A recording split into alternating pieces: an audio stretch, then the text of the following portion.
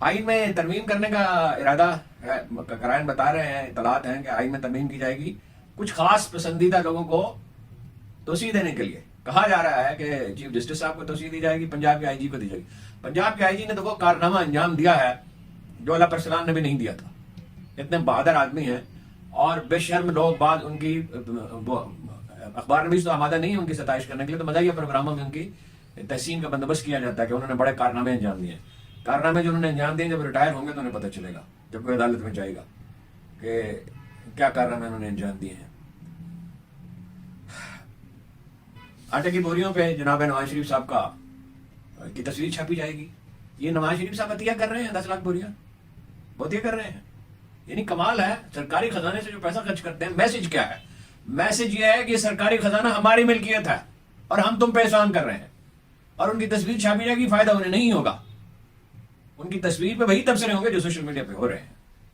اب اللہ تعالیٰ جب کسی کو سزا دینا چاہتا ہے تو ہوش مندی رخصت ہو جاتی ہے. 3 چیزیں اس طرح سے حکومت میں دکھائی دیتی ہیں: تکبر ہے اور کم علمی ہے، میں نرم لفظ استعمال کر رہا ہوں، اور یہ دونوں چیزیں پیدا ہوتی ہیں طاقت کے نشے سے. اس لیے قرآن کریم یہ کہتا ہے کہ وَأَمْرُهُمْ شُورَىٰ بَيْنَهُمْ. مشورہ کس لیے کیا جاتا ہے؟ اور یہ بھی بتاتا ہے کس سے مشورہ کرو، اہل علم سے کرو اور اہل ذکر سے کرو. اہل ذکر وہ ہیں جو ہمہ وقت اللہ کو یاد کرتے رہتے ہیں، جو کہ ظاہر ہے تعصب سے پاک ہوتے ہیں، اور جن کے بارے میں یہ کہا گیا کہ مومن اللہ کے نور سے دیکھتا ہے. مگر ان سے مشورے کی توفیق کہاں ہو سکتی ہے؟ ان کو ہاتھا پائی ہوتے ہوتے رہ گئی جناب ایم کیو ایم میں اور پی ٹی آئی کے ارکان نے. ویسے میرا مشورہ پی ٹی آئی والوں کو یہ ہے، مجھ ناچیز کا، ایک عام پاکستانی کا، کہ بہت سے محاذ نہ کھولیں. ایک وقت میں ایک محاذ کھولا جاتا ہے، 3 محاذ انہوں نے کھول رکھے ہیں، ایم کیو ایم کے خلاف بھی بلکہ 4، اسٹیبلشمنٹ کے خلاف بھی، نون لیگ کے خلاف بھی، ایم کیو ایم کے خلاف بھی، پیپلز پارٹی کے خلاف بھی. محاذ ایک کھولا جاتا ہے. حکمت کا تقاضا یہ ہے، یہ نہیں ہے کہ جو کچھ وہ کہہ رہے ہیں وہ غلط ہے. غلط تو ہر چیز غلط ہی ہے، ساری چیز نیگیٹو تھنکنگ کی بنیاد پہ ہے. یعنی ایم کیو ایم کا گورنر ہوگا مگر ایم کیو ایم کا نہیں ہوگا. انتخاب اس کا زرداری صاحب کریں گے، یعنی رات کی تاریکی میں اس کے ساتھ معاملہ طے کریں گے کہ تم میرے ساتھ وفادار رہو گے، میرے ساتھ، پیپلز پارٹی کے ساتھ بھی نہیں، میرے ساتھ جو میں کہوں گا وہ کرو گے. جیسے آئی جی رکھتے ہیں وہ کہ گنا 100 روپے ملنا چاہیے، بازار میں چاہے قیمت 300 روپے اور وہ اس کا بندوبست کرے، نہیں تو گھر جائے. بہت سنگین الزام لگایا ہے جناب اختر بینگل نے. ان کی تقریر کا بھی کچھ حصہ نہیں دکھایا گیا کہ سیٹوں کی قیمت لگائی گئی، نیلام کی گئی، بیچی گئی ہیں سیٹیں. کبھی نہ کبھی تو اس کی تحقیقات ہوگی، اور جب تحقیقات ہوگی، اور ایک واقعہ بظاہر بڑا نہیں ہے لیکن وہ مستقبل میں کسی بڑے حادثے کا پیش خیمہ ہو سکتا ہے. شیر افضل مروت نے یہ کہا ہے کہ عطا تارڑ صاحب کل فوش اشارے کرتے رہے اور بس اتنا کافی ہے. اور بھی کچھ کہا انہوں نے، اور انہوں نے کہا اب یہ حرکت کریں تو معاف نہیں کیا جائے گا. ان کے الفاظ تو بہت سخت ہے، میں بات کر رہا ہوں. تو تارڑ صاحب جو ہیں وہ اپنی حد سے بہت پہلے اپنی حد سے گزر چکے ہیں. اس سے پہلے وہ پنجاب اسمبلی میں خواتین کی موجودگی میں فوش اشارے انہوں نے کیے تھے. یہ وہ لوگ ہیں جن کے بارے میں نے پرسوں کہا تھا نمازیں پڑھتے ہیں، روزے رکھتے ہیں، بعد میں تہجد بھی پڑھتے ہیں، لیکن ان کا کوئی مالک نہیں ہوتا، ان کا کوئی رب نہیں ہے. یہ انسانوں کو خدا سمجھتے ہیں. بتوں سے تجھ کو امیدیں اور خدا سے نو امیدی، مجھے بتا تو صحیح اور کافری کیا ہے. نواز شریف صاحب کو خوش کرنے کے لیے، یا کسی کو بھی، زرداری صاحب کو، عمران خان کو خوش کرنے کے لیے خدا کو نہ بھول جائیں. آج میں اسمبلی کی تقریریں سنتے ہوئے مجھے یہ دیکھ کے صدمہ ہوا، کسی نے اللہ رسول کا نام نہیں لیا. کوئی عمران خان کا نام لے رہا ہے، کوئی اپنا زرداری کا نام لے رہا ہے، کوئی جناب نواز شریف کا نام لے رہا ہے، حتیٰ کہ کسی کو قائد اعظم کا نام لینے کی توفیق بھی نہیں. کہ اس لیے کہ اس کا نام کیسے لیں؟ ان کا نام لیں تو ذہن اصولوں کی طرف جائے گا. اسد کیسر صاحب نے بہت زوردار تقریر کی. عام طور پہ وہ اس طرح جوش و جذبے سے تقریر نہیں کرتے، اور کہا مجھے پکڑا گیا تو مجھ سے یہ کہا گیا کہ اپنی پارٹی بناؤ. یعنی ظاہر ہے کہ یہ بعد میں فیصلہ ہوا ہوگا کہ ان کی بجائے پرویز خٹک صاحب پارٹی بنائیں. بہت صدمے کی بات ہے. یعنی اسد کیسر کی وجہ سے نہیں، وہ تو خیر یہ بجائے خود بھی صدمے کی بات ہے. ایسے تو بہت لوگ ہیں. اسپیکر کے منصب کی یہ توقیر ہے اور اس کو آپ جمہوریت کہتے ہیں. خیر جمہوریت کو تو چھو کے بھی نہیں گزری. تو جناب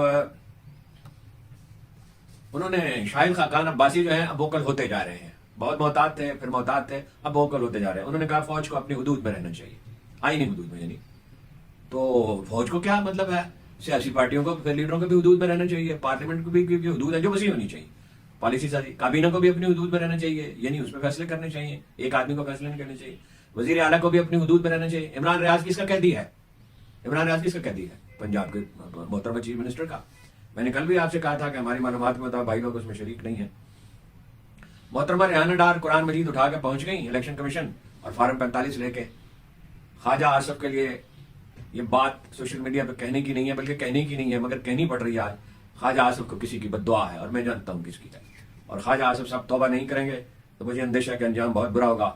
اور توبہ جو ہے وہ کسی وقت اللہ تعالیٰ کا دروازہ چوپٹ کھلا ہوا نہیں ہے, چوپٹ کھلا ہوا ہے اور ہمہ وقت کھلا ہوا ہے. اپنی غلطی تسلیم کریں, اپنی سیٹ سے استعفیٰ دیں, ورنہ قومی اسمبلی کو رکنی ہے تو بہت دور کی بات ہے, کچھ بھی باقی نہیں بچے گا. اچکزئی صاحب کے گھر پہ, محمود اچکزئی کے گھر پہ چھاپا مارا گیا. ہمیں معلوم نہیں ہے پلاٹ کا قصہ کیا ہے, نہ وقت ہے تحقیق کرنے کا. فرض کر لیجئے انہوں نے پلاٹ پہ قبضہ کر رکھا تھا. قبضہ بول دو, قبضہ کا مطلب ہوتا ہے اس پہ کنسٹرکشن کی جائے. کنسٹرکشن تو کوئی نہیں دکھا, یہ خالی پلاٹ ہے.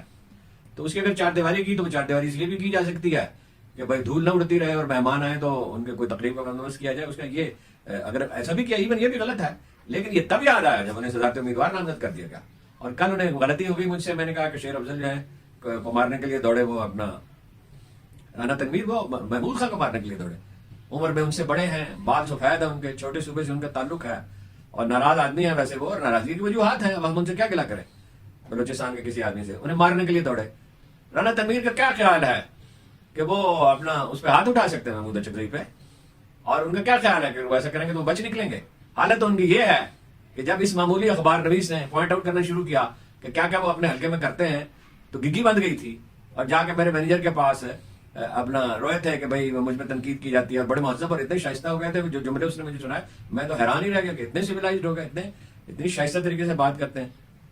ایک چھوٹی سی خبر یہ ہے, دو خبریں, ایک یہ کہ فارم 45 ابھی تک نہیں چھاپے ہیں, اپنی ویب سائٹ پہ شائع نہیں کیے ہیں, انہوں نے جاری نہیں کیے. یہ پہلا موقع ہے پاکستان کی تاریخ میں الیکشن کمیشن نے ایسا کیا. اور بہت دلچسپ خبر یہ ہے کہ ہمارے بھائی مجاہد بریلوی نے حبیب اکرم صاحب سے اور ایک اور اخبار نویس سے, جس کا یہ خیال ہے کہ وفاداری جو ہے وہ انسانوں سے ہونی چاہیے, پروردگار سے وفاداری کی, انہوں نے دعوت دی ہے کہ وہ کراچی آئیں ان کے خرچ پہ, اور وہ سیٹ بتائیں جہاں سے وہ جیت سکتے تھے. حبیب اکرم صاحب تو شاید اس معاملے میں اگر انہیں یقین ہو جائے کہ ان کا اندازہ غلط ہے تو وہ اپنی تصحیح کر لیں. غالباً انہوں نے یہ کہا تھا کہ 3-4 سیٹیں وہ لے سکتے تھے, تو ان کا کہنا یہ ہے مجاہد بریلوی صاحب کا کہ ایک سیٹ بتا دیں جو وہ لے سکتے ہیں, تو وہ تو شاید اپنی تصحیح کر لیں. جو دوسرے آدمی ہیں انہیں دعوت دینے کا مجاہد بریلوی صاحب کیا فائدہ ہے, اس کی بجائے آپ مجھے دعوت دیں, میں ہوں ایک شام آپ کے ساتھ گزاروں, کوئی تبادلہ خیال ہو, کچھ آپ سے لرن کیا جائے. تو اسی پہ بس اتنی خبریں تو اور بھی ہیں اور ان چیزوں کی تفصیلات بھی بیان کی جا سکتی ہیں, مگر یہ بہرحال گفتگو اتنی زیادہ ہو جائے گی, سما خراشی ہوگی. آپ کا بہت بہت شکریہ.